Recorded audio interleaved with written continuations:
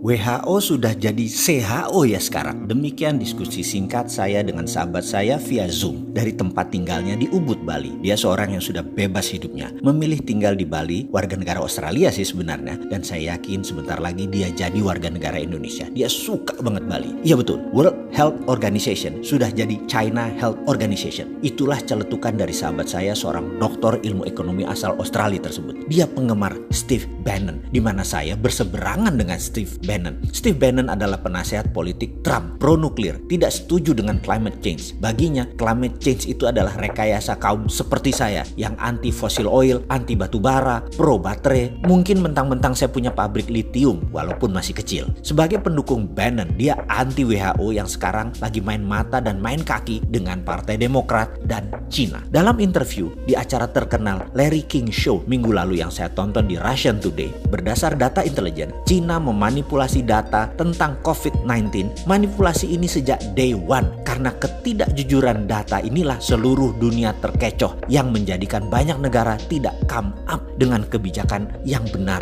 dalam menangani corona. Cina di bulan Januari dengan bos WHO melakukan false information ke seluruh dunia dengan mengatakan virus corona menyebar hanya dari animal to human, tidak bisa human ke human. Virus dikatakan hanya bisa menyebar dari binatang ke manusia, tidak bisa dari manusia ke manusia. Inilah yang membuat banyak negara jadi tidak aware mematikannya dan kecepatan penyebarannya virus corona ini. Saat ini komunitas dunia marah dengan Cina dan mungkin akan melakukan tuntutan internasional serta sanksi bagi Cina. Cina bermain dengan siapa? Dengan bos WHO, Dr. Tedros Ghebreyesus, yang menutupi fakta sebenarnya akan fatalitas corona tahap awal ini. Dikatakan bahwa tidak terlalu mematikan corona itu. Fakta berikutnya, di bulan Januari sebelum lockdown, Cina membeli 250 juta APD, alat pelindung diri, di seluruh dunia sebagai tindakan balasan atas tindakan Amerika tersebut. Bos WHO bocorkan ke Cina sehingga Cina bisa pukul balik dengan mengunci peralatan medis yang di kemudian hari, yaitu sekarang Cina buat uang besar sekaligus membalas. 250 juta APD itu adalah separuh kebutuhan APD dunia saat ini, termasuk APD dari Indonesia dibeli Cina kala itu. Ternyata begitu dunia kena, dunia tersadar karena dikatakan tidak mematikan, ternyata mematikan, sehingga dalam false information yang jadi acuan banyak negara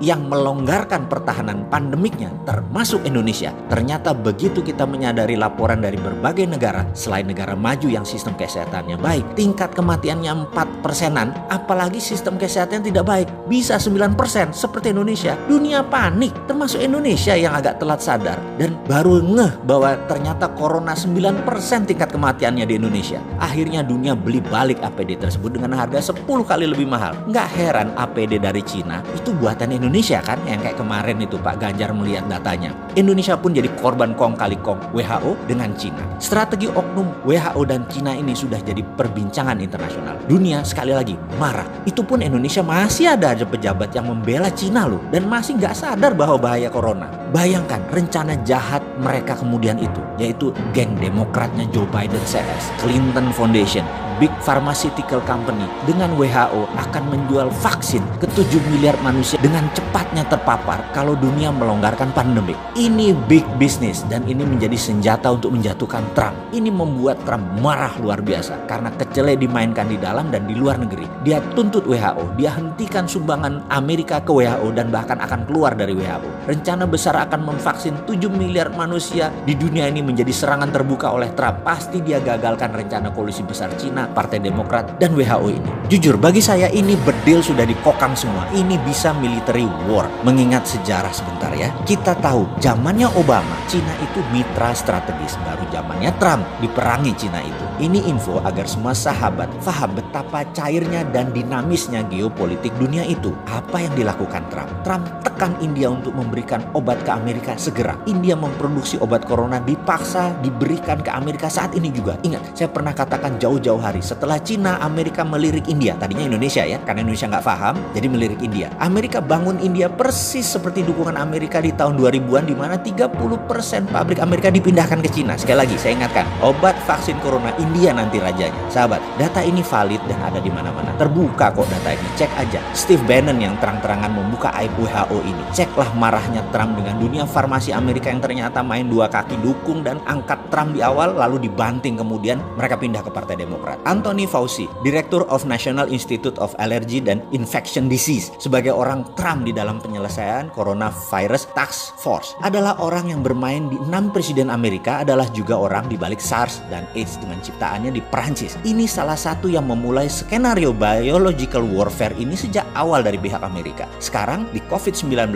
kita sudah menemukan fakta ada pengayaan atau enrichment, ada unsur AIDS di dalamnya virus tersebut hingga menyerang imunitas korban. AIDS, SARS, COVID-19, Anthony Fauci. Sound familiar? Udah mulai nyambung? Oke, bajingan kabeh mereka itu. Inilah kejamnya dunia saat ini yang kalau kita tidak paham, ini seakan-akan hanya pandemik cacar seperti biasa. Kedepan sebaiknya kita lupakan informasi negara propaganda tersebut. Lupakan pejabat di tanah air yang melindungi bisnisnya dan koleganya, terutama yang bermitra dengan asing. Kita buat vaksin sendiri. Kita perangi pandemi COVID cara kita. Kita produksi ventilator dari sahabat Masjid Salman segera. Saya sudah pesan ventilator itu 100 unit melalui sahabat saya di sana. Bahkan kalau sahabat mau sumbang ke sahabat di Salman, silahkan saya kirim linknya. Kita perlu 1000 lebih ke depan alat ventilator ini. Ayo urunkan tangan Anda membantu sesama. Kita segera beli alat tes murah independen karya putra bangsa Indonesia di Silicon Valley, Santo Purnama. Kita selesaikan COVID gaya kita. Swasta beli langsung. Setiap orang boleh bergerak atas nama kemanusiaan. Memang gak capek bermitra sama negara jago propaganda yang meledakkan satelit Palapa N1